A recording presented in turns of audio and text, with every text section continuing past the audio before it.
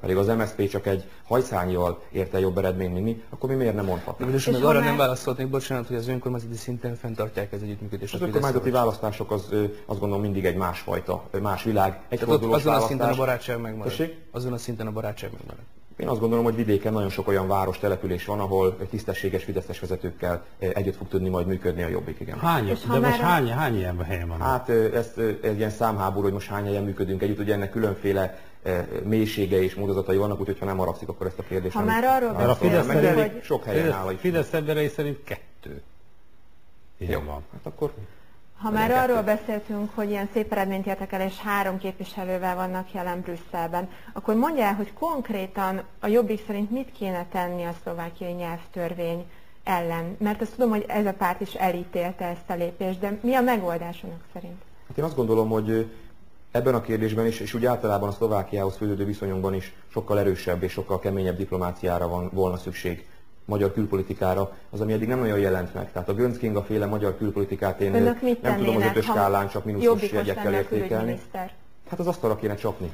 Hát Brüsszelben, én hallottam erről már többször rádióbeszélgetést, Brüsszelben imádják a magyarokat, mert gentlemannek, úriembernek tartják őket, ami egyet jelent azzal, hogy mindent aláírunk, amit az orrunk alá dugnak. Én azt szeretném, hogyha Brüsszelben utálnának bennünket, mint a lengyeleket, meg a szlovákokat, de viszont mi itt a magyar emberek érdekeiért harcolnánk. Na jó, de attól, a magyar emberek szeressenek bennünket, meg brüsszeli diplomaták. Attól a szlovák kormánnyal jobb lesz az együttműködés?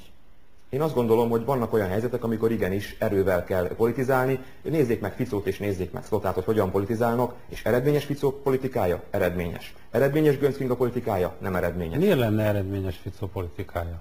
Hát csak vegyünk egy példát. Amikor ő kormányra került és bevette a koalícióba Szlotát, ugye az európai szocialisták közösségéből őt kizárták. Aztán egyszer csak fű alatt mégiscsak visszafogadták őt. Ez azt gondolom már önmagában példája annak, hogy bár sajnos a mi kárunkra, de Ficó politikája sikeres. Ön mit szól ahhoz, hogy feloszlatta a rendőrség azt a tüntetést, amit a Szlovák Testvériség nevű radikális jobboldali szervezet tartott egy roma településen egy súlyos támadás után, amit egy nem roma ember szenvedett el? Nem ismerem a tüntetésnek a részleteit, hallottam a hírről, de hát mivel nem tudom azt, hogy miért történt ez a feloszlatás, hogy történt a rendezvényen magán esetleg valami olyan fajta jogsértő cselekmény, ami ezt indokolta, vagy nem, és ennek ellenére oszlatták fel, ezt nem tudom, úgyhogy erre a kérdésre nem tudok önnek szakszerű és érdemi választ adni. Szerint az, hogy a Jobbik, amikor bekerült az Európai Parlamentbe, akkor deklarálta, hogy revizionista politikát fog folytatni, ez segíti például a szlovákiai magyarok ügyét? Ezt én most a múlt héten Gyergyószent Miklósban is elmondtam, hogy mit jelent ez. 3 olyan dolgot említettem konkrét példaként, amit ez jelent. Az egyik az, hogy a magyar állampolgárságot mi megadnánk minden magyarnak a Kárpát-medencében, illetve a világban. Az autonómia törekvéseit a határon túli magyarságnak támogatnánk és sikerre próbálnánk vinni. Harmadik pedig végre egy olyan fajta kárpát-medencei magyar gazdaságpolitikának a kialakítását, ami egységbe forrasztaná gazdasági értelemben az itt élő magyarságot. Ha végignézzük ezen a 3 elemen, határrevízió nem. Ha végignézzünk ezen a 3 elemen, akkor ezen azt látjuk, hogy a magyar állampolgárság, az autonómia, a gazdasági együttműködés különféle régiók között, ez mind Európai Uniós elvek, normák, precedensek alapján megfogalmazott cél. Hol itt a fasizmus, hol itt a nácizmus? Az mondjuk nem EU-konform, hogy Nagy-Magyarország matricával mennek jobbikos szimpatizánsok a határon túlra. Hát vannak olyan szituációk, amikor az EU-konformitás bennünket túlságosan nem érdekel. Na jó, de csak ez hátányára lehet az osztályi magyarságnak. Szeretném ezt tisztázni, hogy határrevízió nem akarnak. Hogy tegyek fel egy kérdést, mert ez mindig szóba szokott kerülni.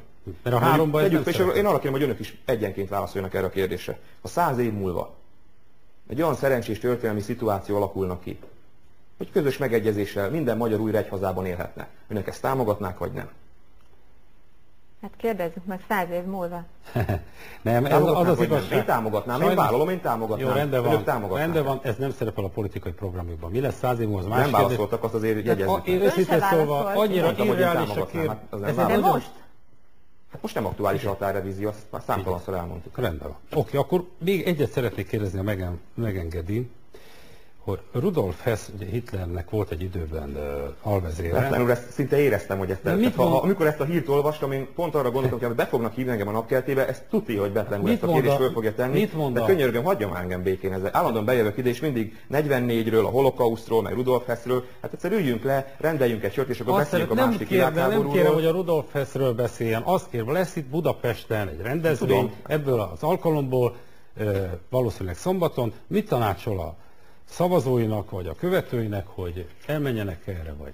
Hát, legtöbb inkább én önnek tanácsolnék, mert hogyha ennyire izgatja, meg foglalkoztatja ezzel a zsidó kérdés, akkor költözünk Izraelbe, és akkor ott reggeltől estig lehet ezzel a kérdéssel foglalkozni, de ez itt Magyarország, és egy magyar pártnak vagyok az elnöke, hogy foglalkozzak már én Magyarországgal? Hát pontosan ezt kértem, hogy egy picit foglalkozzon Magyarországgal, és egyáltalán szóba sem hoztam a zsidó kérdést egyébként, egy percig sem hoztam szóba, azt kérdeztem öntől, hogy ő nem kíván abban az ügyben állásfoglalni, hogy elmenjenek-e az emberek. Nem kívánok erre a kérdésre válaszolni, mert méltatlan kérdésnek tartom. Nem értem. Nem értem, hogy ez miért méltatlan. Ezt lehet, hogy úgy fogják érteni, hogy ön támogatja.